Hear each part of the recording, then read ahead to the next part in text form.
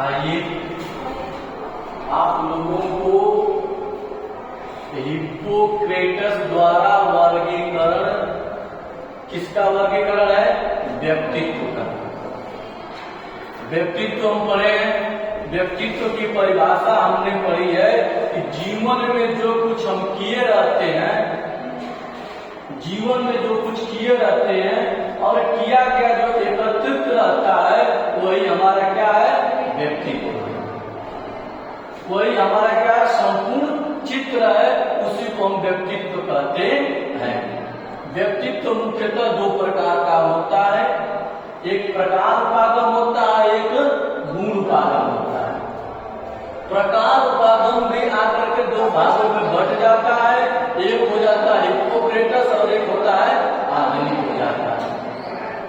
तो हम हिप्पोक्रेटस द्वारा वर्गीकरण जो 400 BC, ठीक ना, 400 BC उस समय इन्होंने व्यक्तित्व को परिभाषित किया था, व्यक्तित्व का वर्गीकरण किया था। वर्गीकरण करके बांट करके उन्होंने में गुण दिखाया था। उन्होंने गुण दिखाया था कौन सा व्यक्ति कैसा होता है तो उसमें कौन सा पित्त पाया जाता है। उन्होंने यह कहा था कि जो व्यक्ति मंद होते हैं, जो व्यक्ति बेवकूफ होते हैं, जो व्यक्ति एकदम शांत होते हैं, जो व्यक्ति किसी से मतलब नहीं रहता है, जो व्यक्ति किसी सदमे में रहते हैं उसको मंद कहते हैं। ऐसे व्यक्तियों में श्लेष नाम की एक पित्त पाई जाती है। उस पित्त के कारण वो उस व्यक्ति की वो स्थिति बनी रहती है। किसने यह बात कही थी? हिप्पोक्रेटस था। दूसरी बात कही थी कोयसिल। अब ऐसे व्यक्ति जो होते हैं बड़े चिड़चिड़े होते हैं, बड़े झगड़ालू प्रवृत्ति के होते हैं। कोई बात कुछ कहता है, कोई बात कुछ उनसे कहता है तो तुरंत गुस्सा कर जाते हैं। तो उस व्यक्ति के अंदर काले पित्त की प्रधानता होती है। उसके अंदर काले पित्त होता है। जैसे हम कहीं जाते हैं, गांव के बुजुर्ग जो लोग होते हैं, चूंकि उनकी उम्र भी ढल जाती है, सहन शक्ति की क्षमता नहीं रहती है, तो कुछ उसमें हम नहीं कर सकते।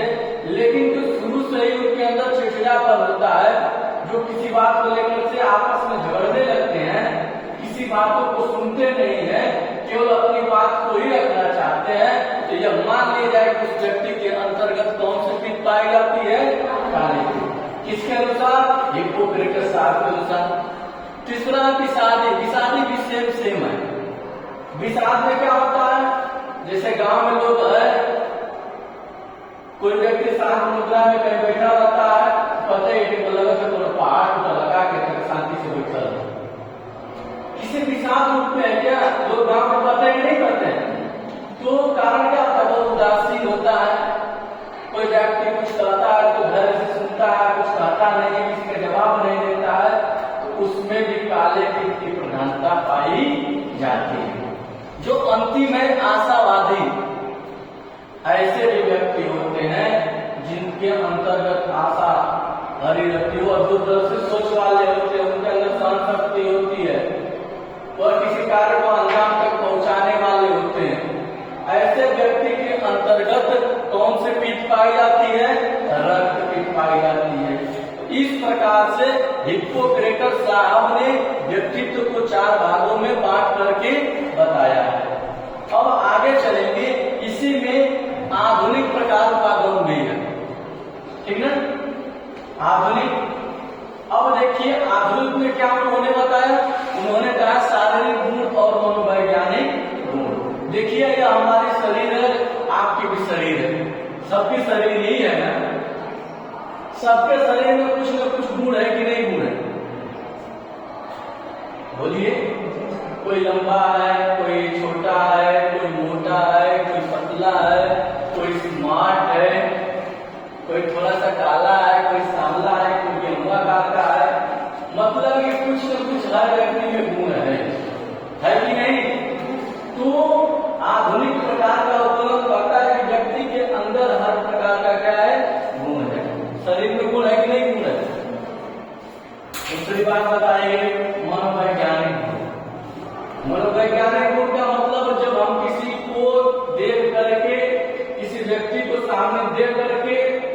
छात्र को सामने देख करके अगर हम उसके बारे में आकलन कर लेते हैं, उसके बारे में कुछ जानकारी प्राप्त कर लेते हैं, उसी को मनोवैज्ञानिक गुण कहा जाता है।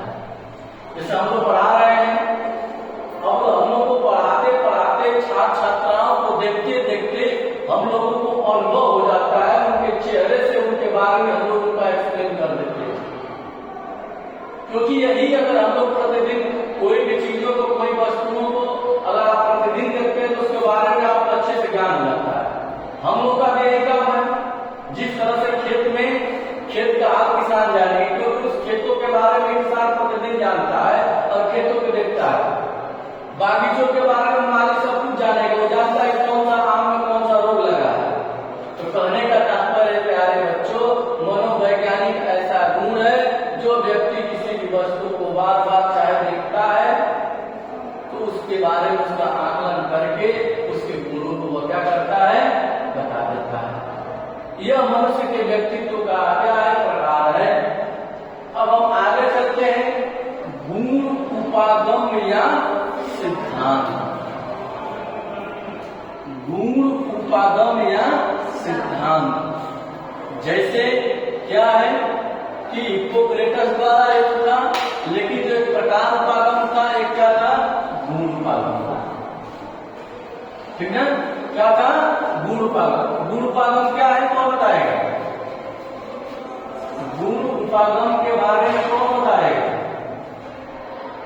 बोलिए, अभी लिखाए हैं गुण उपागम क्या है, बोलिए, कोई बता सकता है? ठीक है,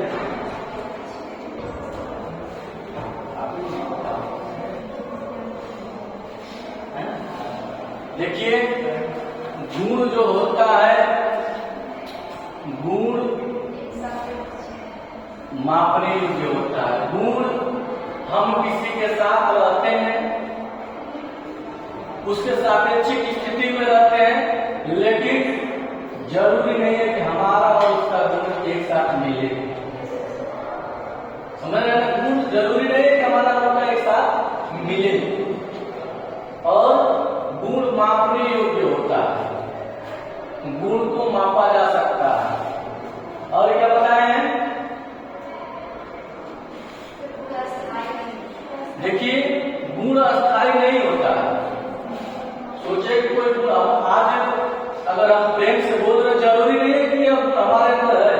हम परिस्थितियों के अनुसार हमारे अंदर गुण आते हैं, परिस्थितियों के अनुसार हम गुण को ग्रहण करते हैं। कोई जन्मजात गुण लेकर के नहीं आता है। जैसे आज हम बोल रहे हैं तो आज हमारा यहाँ का गुण क्या होना चाहिए, शांत होना चाहिए। हम पढ़ा रहे हैं तो हमारा गुण क्या होना चाहिए, एक अच्छा व्याख्यान का होना चाहिए, एक अच्छा प्रदर्शन विधि होनी चाहिए, एक अच्छा समझाने योग्य विधि होनी चाहिए। कह सकते हैं कि गुण अस्थायी नहीं है, गुण हमेशा परिवर्तन होता रहता है। जहाँ जैसी परिस्थिति उसके सामने आती रहती है, उस परिस्थिति में हमेशा अपने आप को ढालता रहता है। ठीक है, तो इसको क्या कहते हैं, गुण उपागम या सिद्धांत। गुण का सिद्धांत है कि गुण अस्थायी नहीं होता है। गुण का सिद्धांत है कि वह मापने योग्य होता है। गुण का सिद्धांत है कि किसी से एक समान मिलता जुलता नहीं है। गुण का सिद्धांत है कि वो एक दूसरे से क्या होता है, अलग रहता है। किसी को यह किसका गुण है, व्यक्तित्व का। ठीक है, फिर अगले दिन जो भी बातें पढ़ाई जा रही हैं विशेष ध्यान दीजिए, पढ़िए। ठीक है, धन्यवाद।